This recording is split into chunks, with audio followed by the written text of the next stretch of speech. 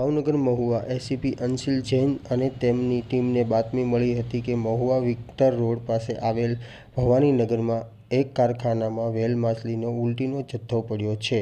જે બાતમીના આધારે મહુવા પોલીસે મહુવા વિક્ટર રોડ પર આવેલ ભવાનીનગરમાં આવેલ મગનભાઈ શિયાળની માલિકીની શ્રી ચામુંડા ડાઈ વર્કર્સ નામના કારખાને તપાસ હાથ ધરતા જયદીપ મગન શિયાળ તેમજ રમેશભાઈ મગન શિયાળ બંનેને કબજામાં આશરે 12 કિલો જેટલો વેલ માછલીનો ઉલટીનો જથ્થો મળી આવ્યો હતો, જેની જાણ ફોરેસ્ટ વિભાગને કરાતા પાલિતાણા એસીએફ ભગીરથસિંહ ઝાલા સહિતનો ફોરેસ્ટ કાફલો પણ સ્થળ પર પહોંચ્યો હતો। જ્યારે પ્રાથમિક તપાસમાં રામજીભાઈ શિયાળને 1.5 વર્ષ પહેલા મહુવા તાલુકાના પિંગળેશ્વર મહાદેવના દરિયા કાંઠેથી મળી આવી હતી, જેને વહેંચવા માટે 1.5 વર્ષથી મથામણ શરૂ હતી। જ્યારે સમગ્ર મામલો પોલીસે કાકા ભત્રીજાને ઝડપી લઈ વધુ કાર્યવાહી હાથ ધરી છે।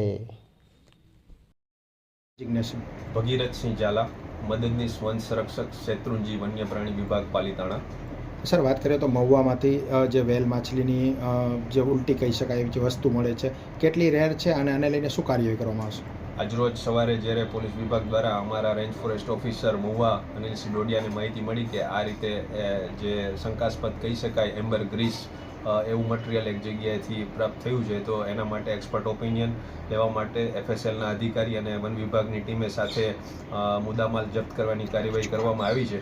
અને પ્રથમ દર્શિયા એવું લાગી રહ્યું છે કે આ એમ્બર ગ્રીસ મટીરિયલ છે કે જે સ્પમ વેલ કે જે વાઇલ્ડલાઇફ પ્રોટેક્શન એક્ટ 1972 અંતર્ગત શેડ્યુલ 1માં આવતું વન્ય પ્રાણી છે, અને જ્યારે એના કોઈ પણ ભાગ હોય તો આ એની ડાયજેસ્ટિવ સિસ્ટમનો એક વોમિટ કરેલો પાર્ટ કહી શકાય, તો એ વાઇલ્ડલાઇફ ટ્રોફી તરીકે એને ગણવામાં આવે છે। અને જ્યારે કોઈ પણ નાગરિકને આવું કોઈ વાઇલ્ડલાઇફ ટ્રોફી મળે ત્યારે અમે તમારા માધ્યમથી એવી અપીલ કરીએ છીએ કે એઝ સૂન એઝ પોસિબલ, જેટલું બને એટલું જલ્દીથી સંલગ્ન ડિપાર્ટમેન્ટ છે ફોરેસ્ટ ડિપાર્ટમેન્ટ, એને જાણ કરવી જોઈએ। જો તમે જાણ નથી કરતા તો તમે બદ ઇરાદાથી આવી કોઈ વસ્તુ રાખેલી છે, અને આવા કેસમાં અમે વન્ય પ્રાણી સંરક્ષણ ધારા 1972 મુજબ આગળની કાયદેસરની કાર્યવાહી કરવા માટે કટિબદ્ધ છીએ।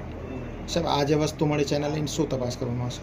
એ જે વસ્તુ મળી છે એનું કેમિકલ એનાલિસિસ, ફોરેન્સિક એનાલિસિસ અને જે પણ બાયોલોજિકલ એનાલિસિસ થશે કે જે આગળ ગુનાની ટ્રાયલ વખતે પુરવાર કરવામાં અમને મદદ મળે તેના માટેના તમામ તપાસના જે પગલાં છે એ લેવામાં આવશે।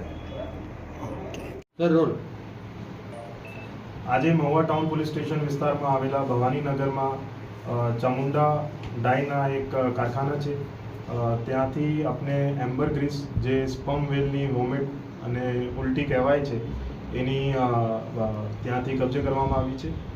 આશરે વજન 12 કિલોગ્રામ છે, જેની આંતરરાષ્ટ્રીય કાલા બજારમાં માર્કેટ 12 થી 15 કરોડ જેટલી છે। આમાં આપણે બે આરોપીની ધરપકડ કરી છે, જેના નામ જયદીપ મગનભાઈ શિયાળ અને રામજી રાહાભાઈ શિયાળ છે। સર, આ જથ્થો ક્યાંથી લાવ્યા હોય તેવું કંઈ જાણવા મળ્યું છે? જે પ્રાથમિક માહિતી છે, આમાં જે બીજા આરોપી છે રામજીભાઈ, એને આ જથ્થો પિંગલેશ્વર મહાદેવના મંદિરના દરિયાકાંઠા પાસેથી મળ્યા હતા। સર, આનો કંઈ વેપાર થતો હતો કે કંઈ?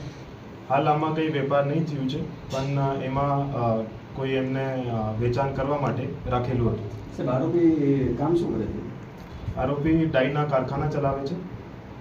સર, વાણવટામાં કરતા હોય એની લિંક એને જાણવા નથી કે વાણવટામાં કોઈ સાથે એને લિંક હોય એવું કંઈ? હાલ આ તપાસ ચાલુ છે, જે પણ માહિતી મળશે આપ સાથે શેર કરવામાં આવશે। સર, આ કેટલા સમય પહેલાનો જથ્થો છે એવું કાંઈ જાણવું? આ 1 થી 1.5 વર્ષ પહેલા રાહાભાઈને મળ્યા હતા, ને ક્યાંય બજારમાં વેચવા જતા એવું કંઈ? વેચવા માટે પ્રયાસ ચાલુ હતા, પણ કોઈ જે સક્સેસફુલ ડીલ એની નહીં થઈ હતી। ઓકે।